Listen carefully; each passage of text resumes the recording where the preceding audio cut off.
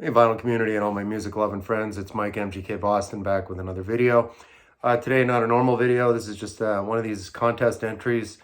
Art, the North Carolina vinyl picker. If you don't know his channel, I encourage you to check it out. I just watched a couple of his videos earlier today and thought I'd throw in for this contest. So what Art's looking for, it's really simple. He's just looking show 5 albums featuring musical instruments on the cover. So what trying to do today, I'm going to try to cover a couple of different genres. I didn't put a lot of thought into this video. It was kind of quick.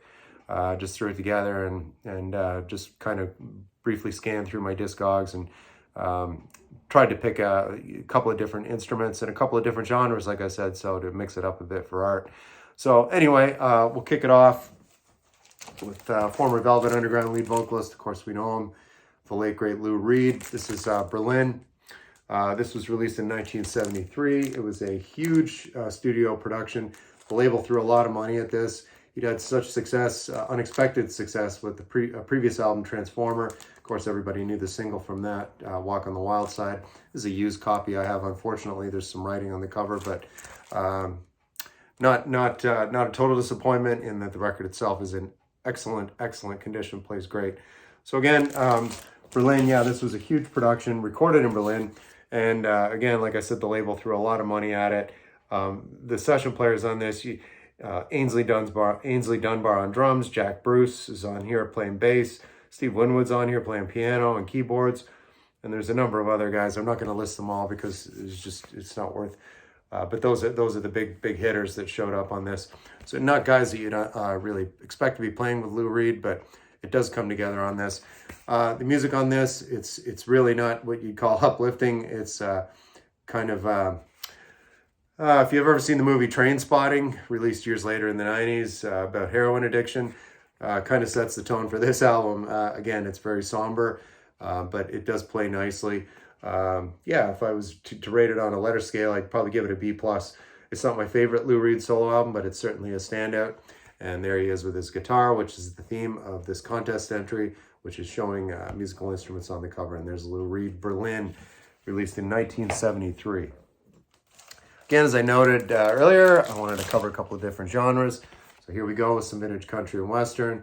This is a best of album, Bobby Bare, singer-songwriter. Release on this one, 1968. Of course, the little story on the back, the label will put on here. Yeah, of course, this is on RCA, the Dynagroove, nice thick vinyl pressing. Of course, the highlight on this one for me is he's most well known for this song called The Streets of Baltimore. That's a great vintage country tune.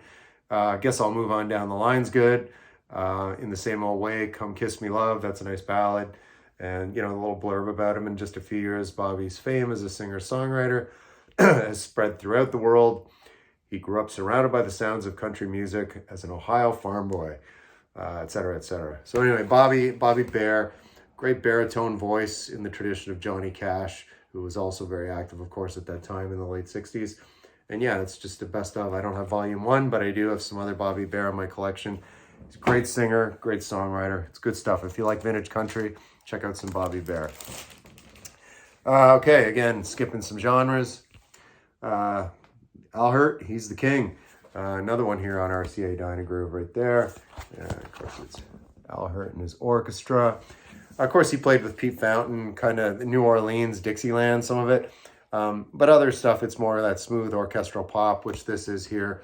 I'm not a fan of Dixieland, but I do like Al Hirt. My dad was a huge fan, so I've got all my dad's Al Hirt records, and they're all in mint condition, this being no exception.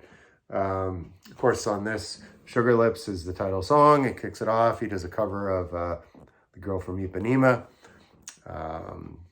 Yeah, so it's just fun stuff. Pink confetti. Yeah, Al Hirt with his trumpet, number 3 in the 5 list here for Arts Contest, showing musical instruments on the cover. So there you have it. Al Hirt, he's the king. All right.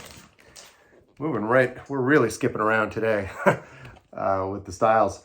The easy breezy sounds of J.J. Cale. This is called Troubadour. Release date on this one, I believe, 1976. He was on the Shelter label. I don't know. Then this distributed by, I don't know who the major, A&M Records was the distributor.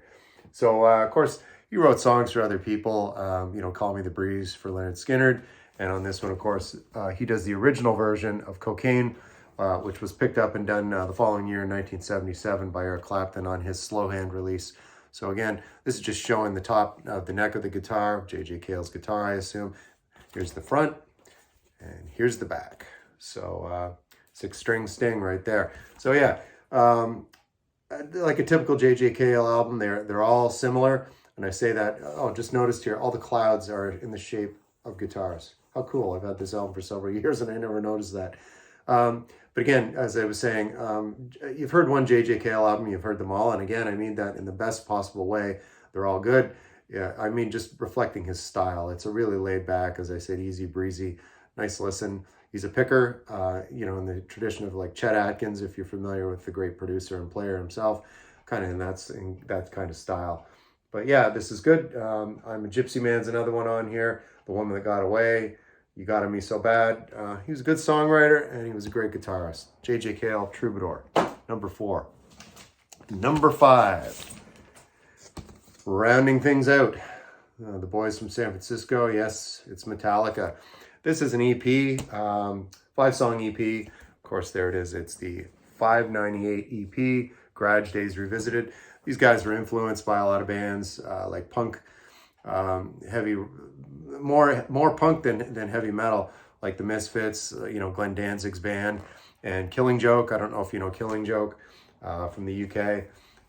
But yeah, they do a great version of a song called The Weight. That's on the Killing Joke self-titled debut. I encourage you to look that up. Killing Joke's self-titled debut from 1980. That's a masterpiece.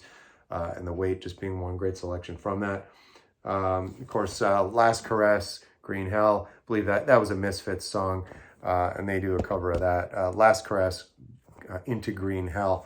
And there's just a collage of photos of the band. This came out right after this album. Sorry, this is on CD. It's Master of Puppets, right?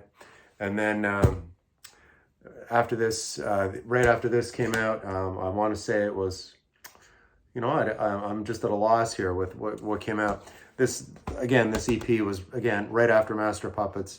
And then, and Justice for All was the album right after this. So this was just like a filler in between. The band got in the studio, knocked out these 5 cover tunes, and just paying tribute to some of their great influences. And again, you've got the bass guitar here with Cliff Burton, the late great Cliff Burton, I should say, died tragically. And you've got Kirk Hammett here, who's still in the band to this day, playing lead guitar. And yeah, it's just it's a lot of fun. Yeah, so if you're into Metallica and you're not familiar with this, I encourage you to pick this up. It's a 5-song EP, like I said. And again, this is rounding out my my 5 selections featuring musical instruments for Art's contest, Art being the North Carolina vinyl picker. Thanks everybody for watching, and I've watched some of the other entries into the contest. It's very interesting. Everybody's got different taste, and yeah, I thought it was a great theme, Art. So have fun with the contest, everybody. See you next time.